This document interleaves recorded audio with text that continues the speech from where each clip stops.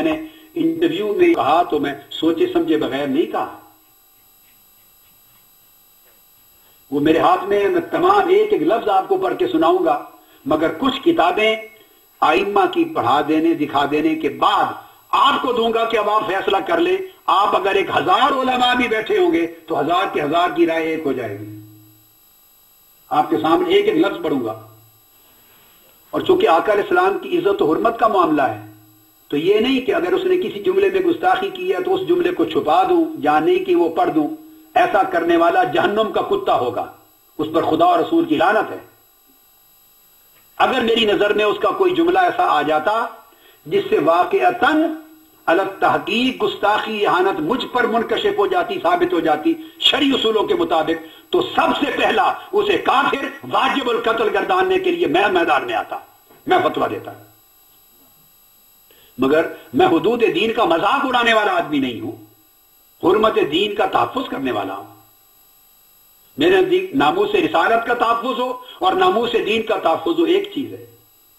ایسے بلا وجہ یعنی اس لیے نفس مسئلہ کو واضح کریں گے، ساری چیز انشاءاللہ آپ کے سامنے آئے گی. میں پڑھوں گا آگے چل کے. یہ ہے نفس مسئلہ. اب ہم آ جاتے ہیں اس نفس مسئلہ کو سمجھانے کے بعد اب میں ایک عمومی بحث آپ کے سامنے لاؤں گا. جیسا کہ میں نے عرض کیا آپ کو تھوڑا صبر کرنا پڑے گا، ادھر نہ آئیں کہ اس نے کیا کہا. میں نے آپ کو عرض کیا کہ کوئی ایک موضوع نہیں چھوڑیں گے انشاءاللہ. اب میں اس کے بعد آپ کے سامنے یہ جو بات ہو چکی اس میں فتویٰ کے اصول اور قواعد کیا ہیں، اس کو کہ کن علماء کو حق پہنچتا ہے کہ وہ اس طرح کفر اور ارتداد کے فتوے دیں اور آگے میدان میں آئیں، لیڈ کریں. جو ائمہ ہیں ہمارے سنجیدہ علماء جنہوں نے دین کی حفاظت کی اور تعلیمات ہم تک پہنچائیں،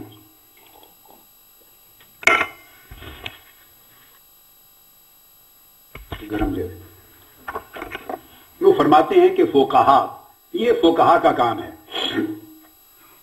اور فقہا کے 7 طبقات ہیں، سن لیں.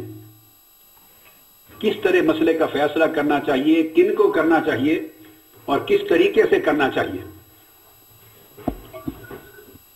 اور کن کو حق نہیں پہنچتا. اگر کوئی اسلامی حکومت ہوتی اور اسلامی علم کا کوئی سنجیدہ ماحول ہوتا تو بعضوں کو تو ویسے پکڑ کے ان کو جوتے مار مار کے اندر کر دیتے کہ تمہارا کیا لینا دینا دین کے فتوے میں، دین کے مسئلے میں. الف بے جیم تمہیں نہیں آتی، دین کے طہارت کے مسئلے نہیں آتے، ایک رسالہ تک دین اور فقہ اور شریعت کا تم نہیں پڑھے ہوئے، چٹے ان پڑھ ہو، جاہل ہو، تم دین کے اوپر فتوے دیتے ہو. مگر بدقسمتی کون کرے؟ بس وہ صرف کیا کرتے، عشق رسول اور ناموس رسول اور غازی علم الدین اس قسم کے عنوانات دے کے لوگوں کے جذبات کو ابھار دیتے ہیں اور ایسا ماحول کریٹ کر دیتے ہیں کہ لوگ پریشان ہو جاتے ہیں. سنجیدہ فیصلہ کرنے کے لیے فقہا کے 7 طبقات بیان کیے ہیں علماء. علامہ ابن عابدین کو کوٹ کر رہا ہوں عقود رسم المفتی سے، سمجھتے ہیں 7 طبقات ہیں. یہ تو سب سے پہلا حق جس سے آپ مذہب لیں، فتویٰ لیں، رائے لیں، جن سے تحقیق لیں، وہ سب سے پہلا طبقہ المجتہدین فی الشرع ہے. مجتہد فی الشرع وہ ائمہ 4 ہیں. میں اختصار سے بیان کروں گا کیونکہ میں صرف آپ کو طبقات سمجھانا چاہتا ہوں. وہ ائمہ 4 ہیں جن کے مذاہب بنے. ان کے بعد دوسرا طبقہ ہے مجتہدین فی المذہب. یہ جیسے ان کے شاگرد ہیں، امام ابو یوسف ہو گئے، امام محمد ہو گئے، امام ظفر، اور آپ کے اصحاب ابو حنیفہ اور اس طرح اصحاب امام مالک اور اصحاب امام شافعی ہیں سارے. وہ مجتہدین فی المذہب ہو گئے جو ان کے مذاہب کے مدونین مرتبین بھی ہیں، محررین بھی ہیں، اور پھر وہ استخراج احکام بھی ادلہ سے کرتے ہیں. تیسرا طبقہ اگر وہ نہ ہو تو اس کے بعد پھر جن سے رائے لی جائے، جن کی کتب اور فتویٰ پر اعتماد کیا جائے، وہ مجتہدین فی المسائل ہیں. مجتہد فی المسائل، مسائل. اگر صاحب مذہب کی رائے نہ ہو تو پھر مسائل میں اجتہاد کرنے والے وہ امام خصاف کی طرح ہیں، امام ابو جعفر الطحاوی کی طرح ہیں. یہ بڑے امپورٹنٹ ہیں کیونکہ آگے جب میں حوالے دوں گا تو اس وقت یہ باتیں کام آئیں گی آپ کو کہ کون کون کیا کہہ رہا ہے، سطح کیا ہے. امام ابو جعفر الطحاوی ہیں، امام ابو الحسن القرخی ہیں،